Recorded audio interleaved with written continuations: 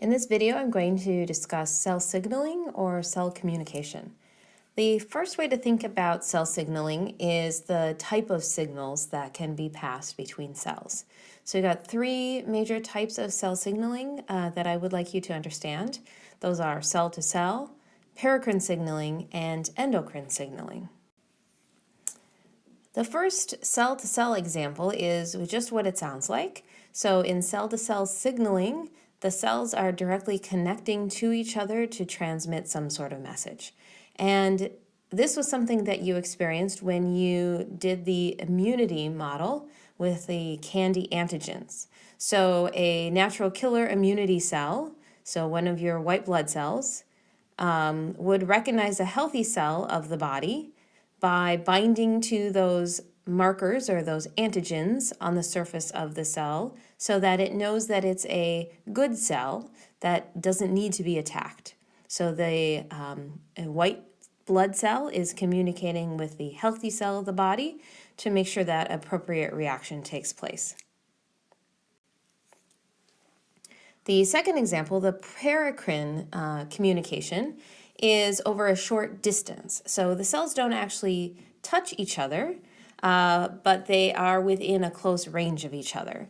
One of the examples that we discussed in class about paracrine signaling was the early embryonic development of the hand and how there are chemicals that are released on the pinky side of the hand that travel across the tissues to develop the rest of the digits. A subset of paracrine signaling is something called autocrine signaling, in which the cell can actually release chemical messengers that affect itself or changes responses of that same cell.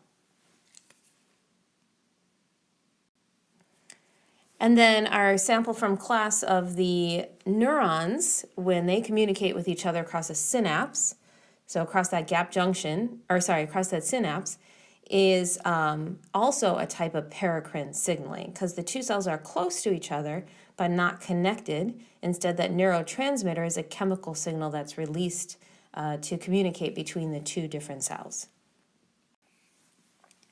And then the third example, the endocrine signaling, is when we're a little bit farther away. So the two cells are separated by a greater distance. Therefore, a chemical needs to get sent through the bloodstream in order to send that message to those cells that are further away. Common example of this is hormonal signaling. So either in animals, hormones like testosterone or estrogen are made in one area of the body and travel through the bloodstream to affect many tissues.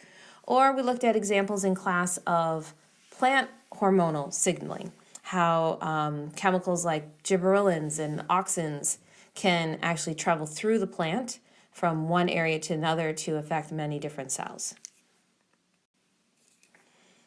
Okay, now we're going to look a little bit more about the process of cell signaling. We divide this into three major steps, the first being reception, the second signal transduction, and the third response. So we're going to look at reception first. And any time that there is the receiving of a message, there is usually a molecule that is carrying that message from one place to another. And we call that molecule a ligand or sometimes a ligand, depending on your preferred pronunciation. So that signal molecule, that ligand, is going to somehow attach to or somehow disturb the cell that's receiving that signal molecule. So we are looking at a receptor of some sort on the surface of the cell. So we're going to do four different types of reception. There are more types, but these are just four big examples that often get brought up.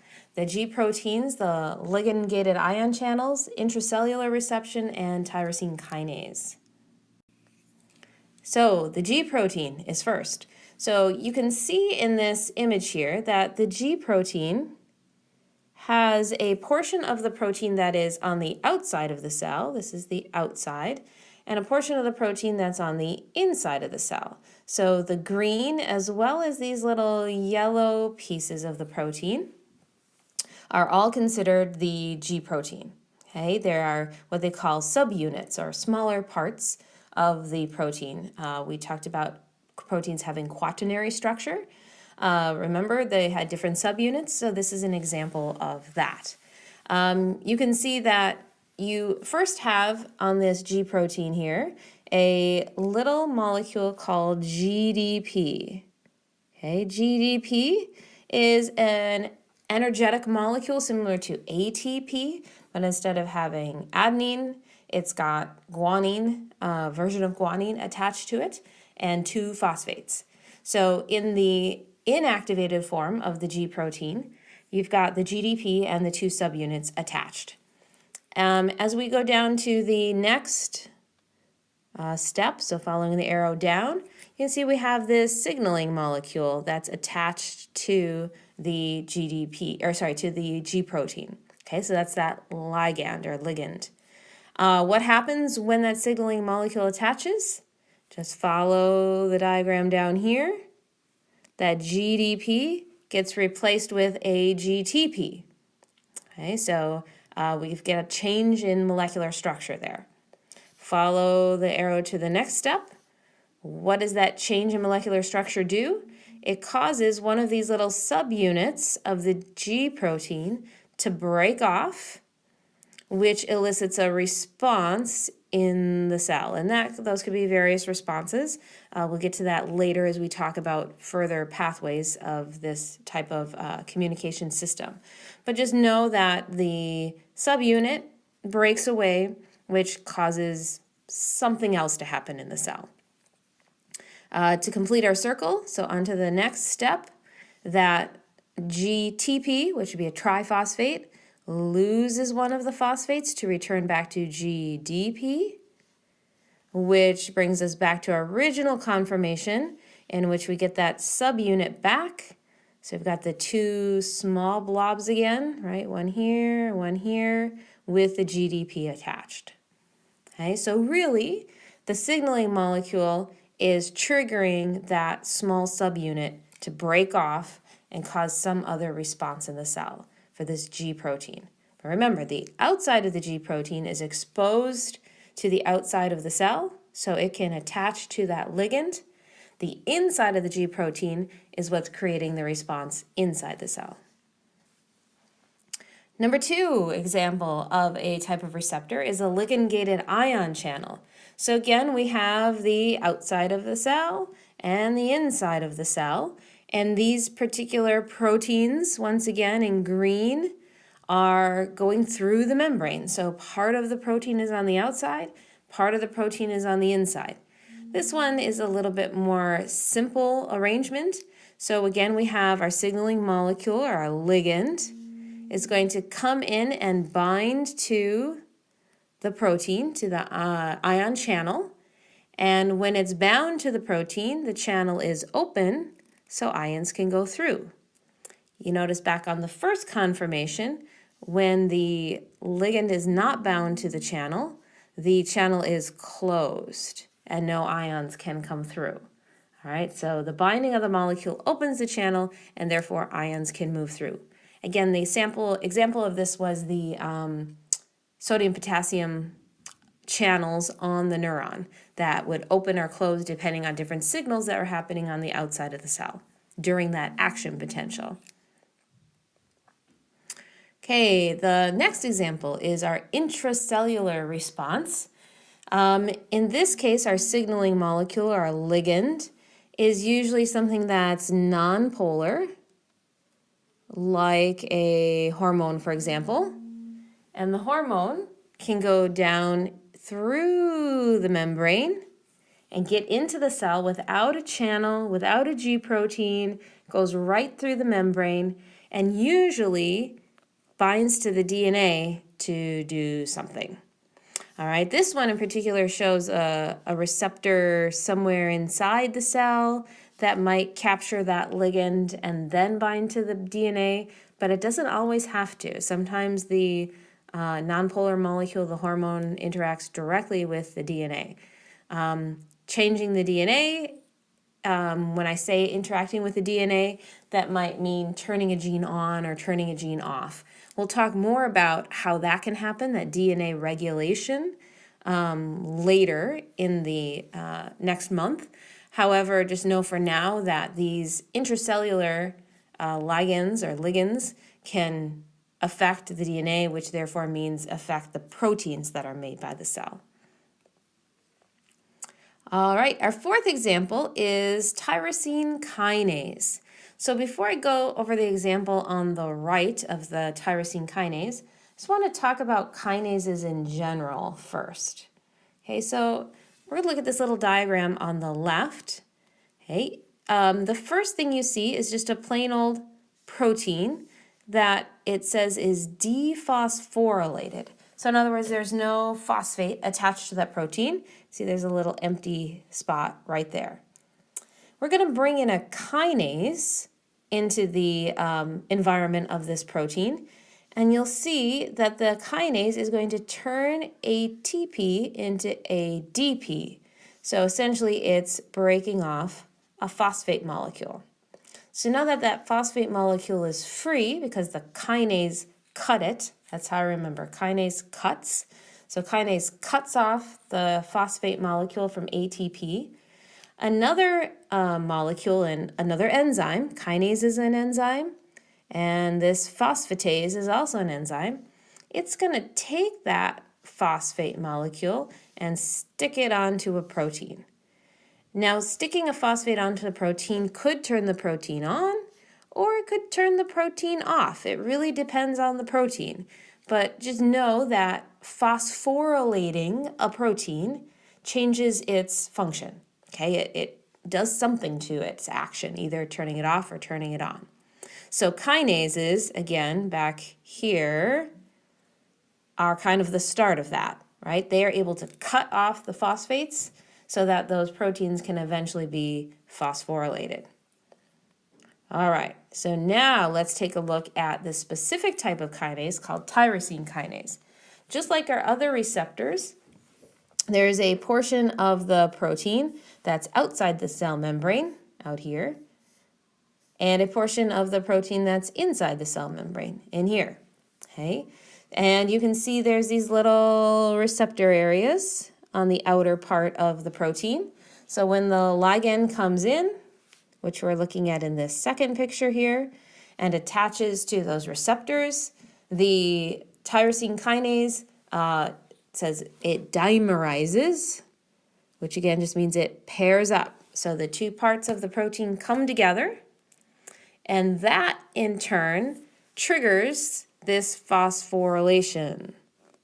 Okay, so remember we said kinases break the phosphates off of ATP and help to add them on to something else. In this case, the two parts of the protein, the two parts of the kinase, are phosphorylating each other.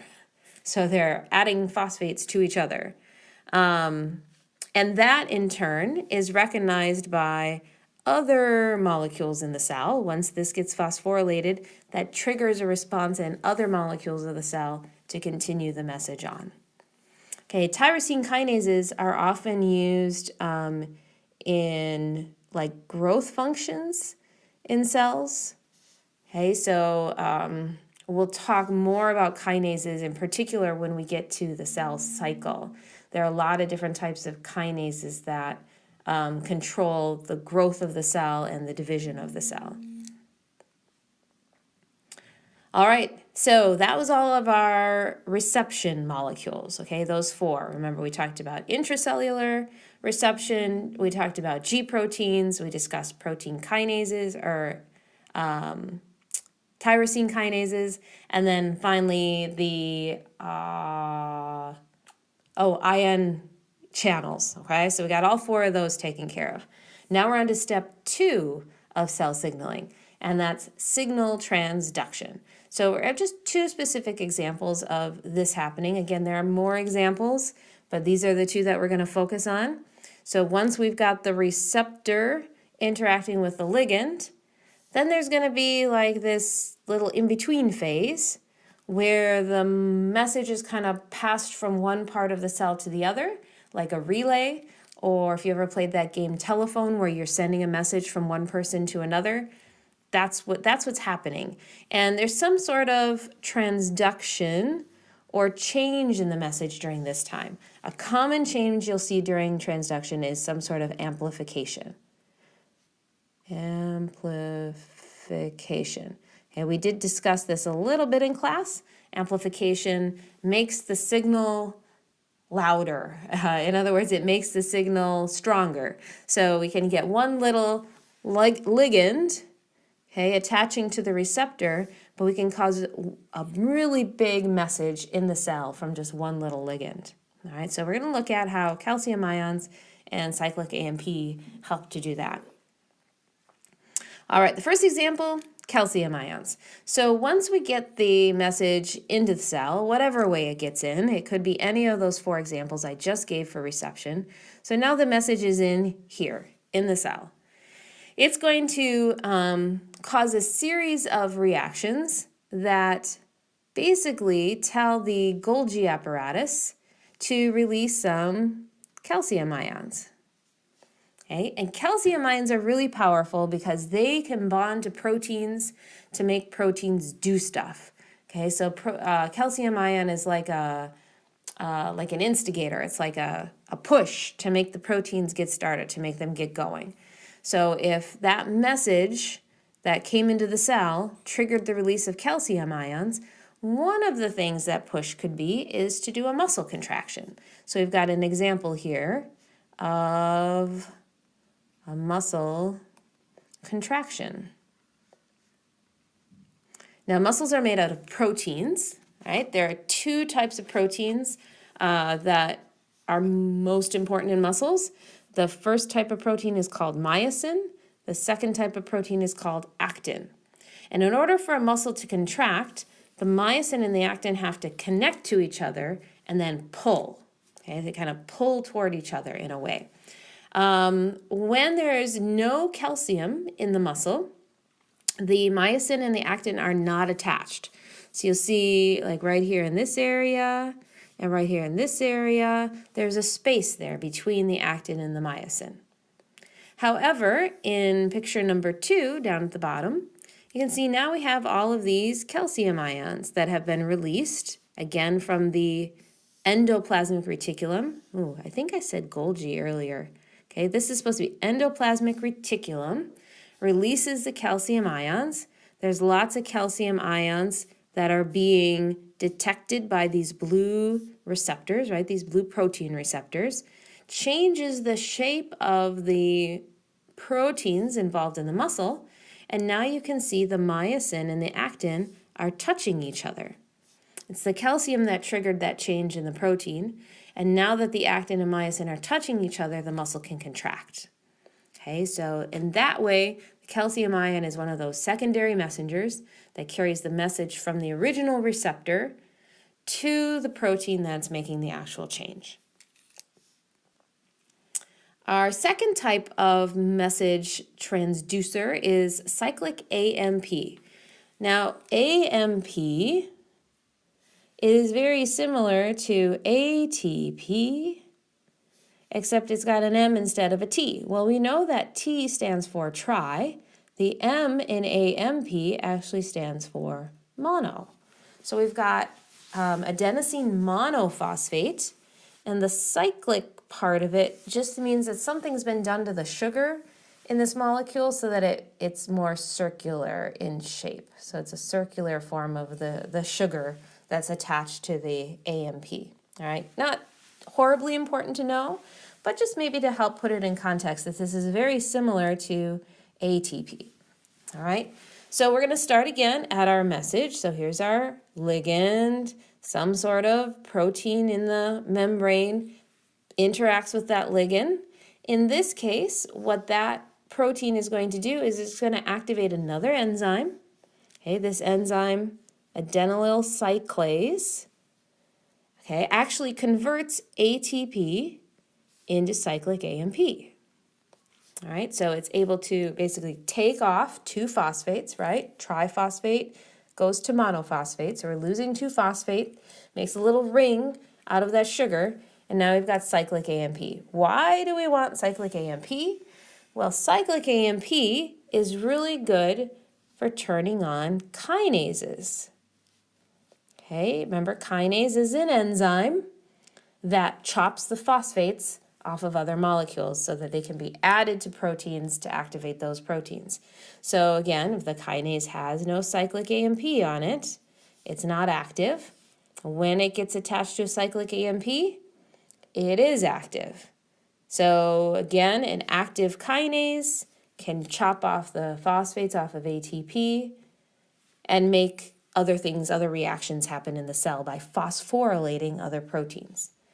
Now, the reason this is an amplification response is because when this one ligand up here at the top interacts with this protein, it's not just one cyclic AMP that's made, it's lots of cyclic AMPs that are made. Okay, so this can happen over and over again with this adenylyl cyclase enzyme converting the ATP into cyclic AMP, which then in turn creates a lot of protein kinases that are activated, which then in turn can create a really big cellular response with all the phosphorylation that happens. Okay, now we're on to the third step, responses. Okay, so we talked about the reception, how the ligand attaches to some sort of receptor. We talked about transduction, where the signal is usually amplified. Our two examples, remember, were the calcium and the cyclic AMP. And now we're down to responses. Now, there are just hundreds of responses we could talk about. They all interact a little bit differently with our receptors and our signal transducers. So we're just going to go over one response to give you a good feel of what this looks like from beginning to end. Okay, and this response is going to be starting with the molecule epinephrine, which you've maybe also heard called adrenaline. Okay, so when you have an adrenaline rush, when you get really excited or really afraid, a lot of different things are going to happen in your body. Your heart rate's going to increase, your breathing rate's going to increase, you might sweat a little bit. All of these things are going to happen. So this epinephrine is going to have multiple cells that it's working in, that it's activating.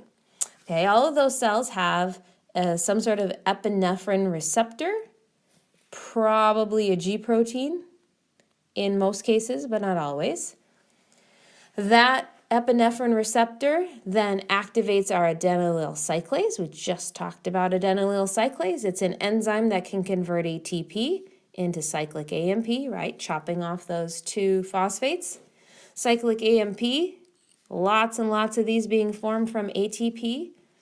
Remember, activates a kinase. Kinase is moving around phosphates to phosphorylate different types of proteins. So when we've got this phosphorylase active, that means we're adding phosphates to this particular molecule. So phosphorylase is busy doing its thing, which means it's going to be converting glycogen into glucose. Okay, so it's making more glucose available to the cell. And we know glucose equals energy, right? So if you've got an adrenaline rush, starting up here at the top, that means, again, you're afraid or you're excited. You need more energy in your cells. So in order to get that energy, again, we turned on this enzyme, this phosphorylase, because we phosphorylated it. And in the process now, this enzyme can turn glycogen into glucose, getting us some energy through the process of cellular respiration. If we don't want to activate this process of glycogen turning into glucose, we have this enzyme, glycogen synthase, that's going to be busy instead. And just based on its name, it should be pretty clear what glycogen synthase does. It does the opposite reaction. All right, so glycogen synthase takes glucose and stores it back up into glycogen. So it's decreasing the amount of glucose. All right, decreasing the amount of glucose that's made. So if this is phosphorylated, all right, so this is when we have adrenaline, we don't want glycogen synthase to be working, right? We want that to not work, to be inactivated. So when that gets phosphorylated, because we've got the cyclic AMP, no new glycogen is made, so we're not doing this process. We're only using the phosphorylase to turn glycogen into glucose. Okay, let me review that one more time. Epinephrine up at the top comes into a receptor, turns on the adenylyl cyclase, which converts ATP to cyclic AMP. Cyclic AMP has two actions. It's going to help phosphorylate this enzyme, phosphorylase, which converts glycogen into glucose.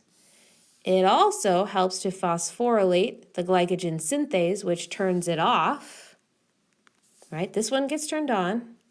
This one gets turned off when it's phosphorylated, which means no new glycogen is made. All right? Remember I said way back when that phosphorylation can turn some proteins on and turn some off? Here's an example of both of those happening. All right, so quick review. The 3 steps in cell signaling are reception, signal transduction, and response. I've given you just a few examples of each of these so you have a better overall idea of how they work.